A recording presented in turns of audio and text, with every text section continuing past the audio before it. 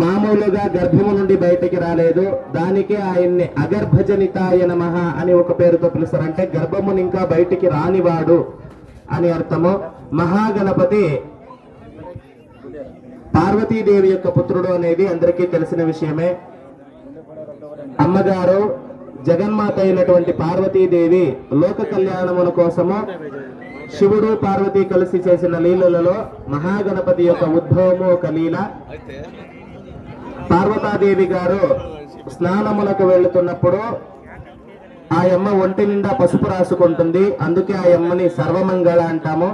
సర్వము మంగళ స్వరూపముగా ఉండేటువంటి గౌరీదేవి స్నానముకు ముందు పసుపు రాసుకునేటప్పుడు ఆ పసుపు రేణువులు చల్లుతుంది. ఆ రేణువులన్నిటినీ ఆ యమ్మ ఒకటి చేర్చి ఒక బొమ్మగా చేస్తారు.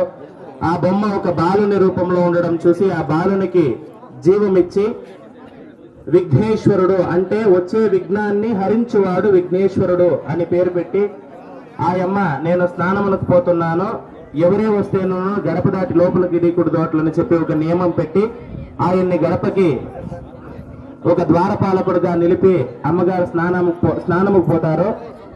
అప్పుడు పరశివమూర్తి కైలాసానికి విచ్చేసి మందిరంలోకి ప్రవేశిస్తే మా అమ్మగారు స్నానం చేస్తుంటారు, ఎవరూ లోపలికి ప్రవేశించడానికి వీలు లేదు అని చెప్పిన మహాగణపతిని చూసి ఆగ్రహించిన శివుడు తన త్రిశూలముతో ఆయన శిరస్సుని ఖండించి వేస్తాడు.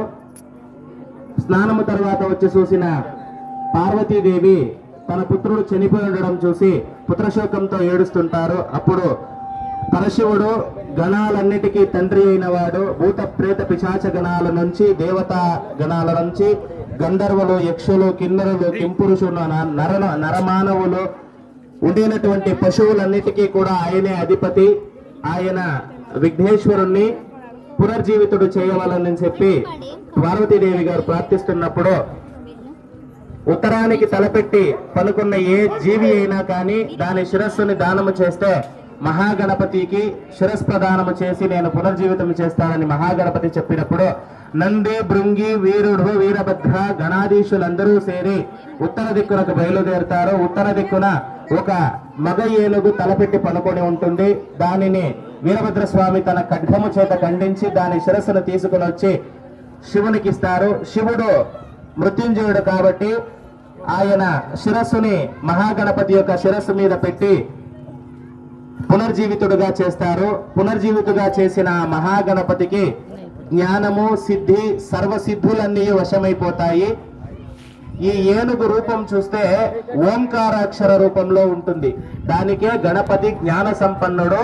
మహాగణపతిని ప్రార్థిస్తే సర్వ జ్ఞానము సర్వ విద్యులు చేకూరుతాయని చెప్పి ప్రథమ పూజితుడుగా ఎప్పుడు అగ్రపూజ మహాగణపతికే. గణపతి పూజ అయిన తరువాతే అన్ని దేవతలకి పూజ. వాళ్ళ తల్లి తండ్రి అయితే కూడాను ఉమామహేశ్వర పూజ మహాగణపతి పూజ అయిన తర్వాతే.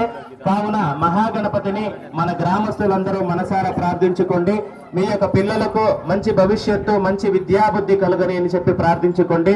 అదే విధముగా గ్రామస్తులందరూ పెండ్లి వయసు వచ్చిన కన్యలకు మంచి వివాహ యోగము చేకూరవాలని మరియు యువకులకు మంచి ఒక కృషి ఉత్పన్నము వారికి మంచి సంపత్తు వారు చేసేటువంటి పనులలో అభివృద్ధి విద్యలో అభివృద్ధి ఇలాంటివన్నీ చేకూరాలని మరి కొత్తగా వివాహమైన వారికి సత్సంతాన ప్రాప్తి కలగవాలనని పెద్దలకు గ్రామస్తులకు అత్యంత అవసరమైనటువంటి మన ధనానికి ఇంధనమైనటువంటి మన గోవులు గొడ్లు ఇవన్నిటికీ ఆరోగ్యము కూడా ఉండాలని చెప్పి మనమందరూ వ్యవసాయులు కాబట్టి మన భూములలో ఉండేటువంటి పంటలకు ఆయనే కాపులా నిలిచి ఎందుకంటే ఆయన భువనేశ్వరి పుత్రుడు కావున ఆ భువనేశ్వరి స్వరూపమైనటువంటి ఆ భూమాదేవి మనల్ని అనుగ్రహించేనట్టుగా మన పంటలకి ఆయనే తోడుగా ఉండి తరువాత మన గొడ్లను గోవులను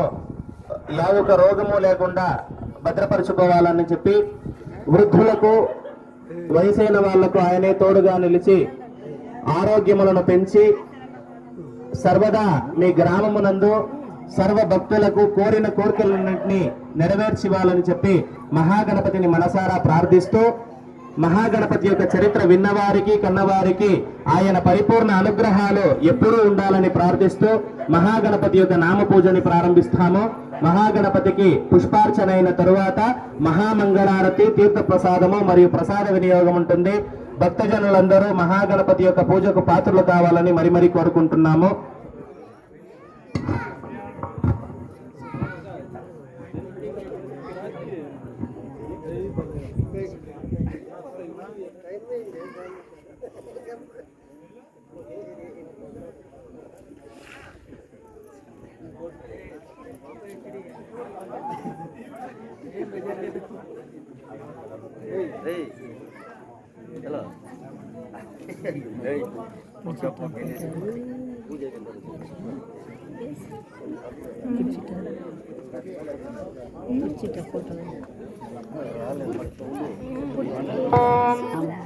అందరూ ఒక్కొక్క నామానికి వినాయకాయ నమః అని చెప్పుకుంటారండి.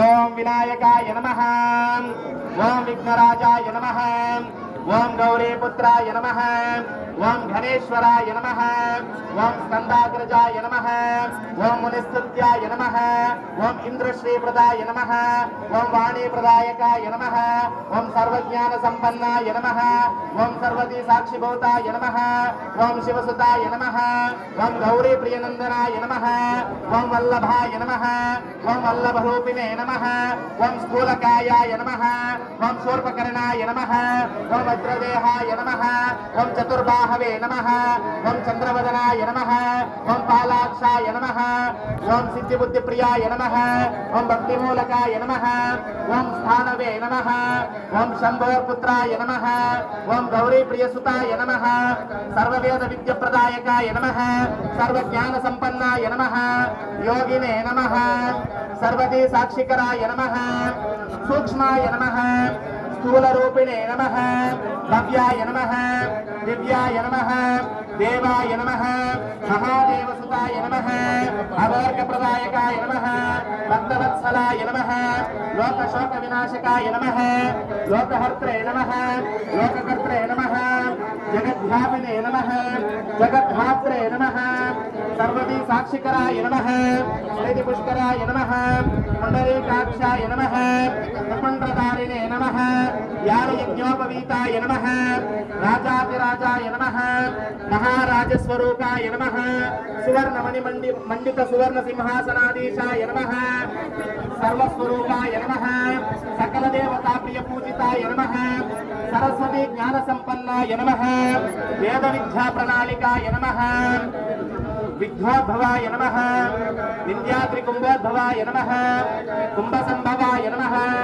హరిద్రాఖండరూపాయ నమః, అరూపిన్ రూపిణే నమః, అవ్యాపిన్ వ్యాపినే నమః, అదేహ దేహాయ నమః, బలాబలాయ నమః, బలప్రవతనాయ నమః, బలాయకాయ నమః, అపవర్గ ప్రదాయక రూపిణే నమః, ఏకదంతినే నమః, చతుర్హస్తినే నమః, చామరకర్ణాయ నమః, గణారూఢాయ నమః, మూషికవాహనాయ నమః, మోదకప్రియాయ నమః, నానావిధ అలంకారభూషితాయ నమః, వ్యాళయజ్ఞోపవీతినే నమః, గణసర్పసింహాసనాధీశాయ నమః, రాజాయ నమః, మహారాజాయ నమః, యోగిరూపాయ నమః, దైత్య సంహారకాయ నమః, సర్వసిద్ధి ప్రదాయక రూపాయ శ్రీ మహాగణాధిపతిర్దేవతాభ్యో నమః. నామకోశాన్ సమర్పయామి, నానావిధ పరిమళ పత్ర పుష్పాన్ని సమర్పయామి. బిల్వాక్షర పుష్పార్చనానంతరేణ శ్రీ గౌరీ దేవత పూజాంచ కరిష్యే.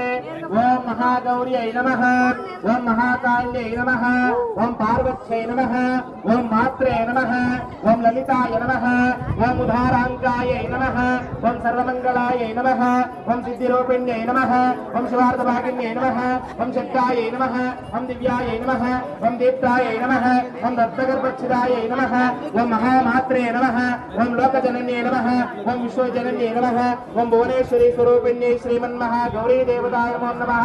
నామపూజాం సమర్పయామి.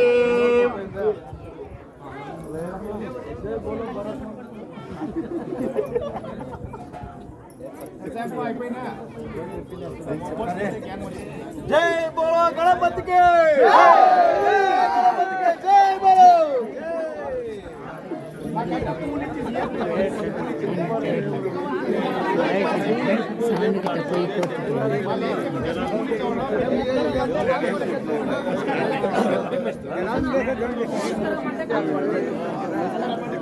విని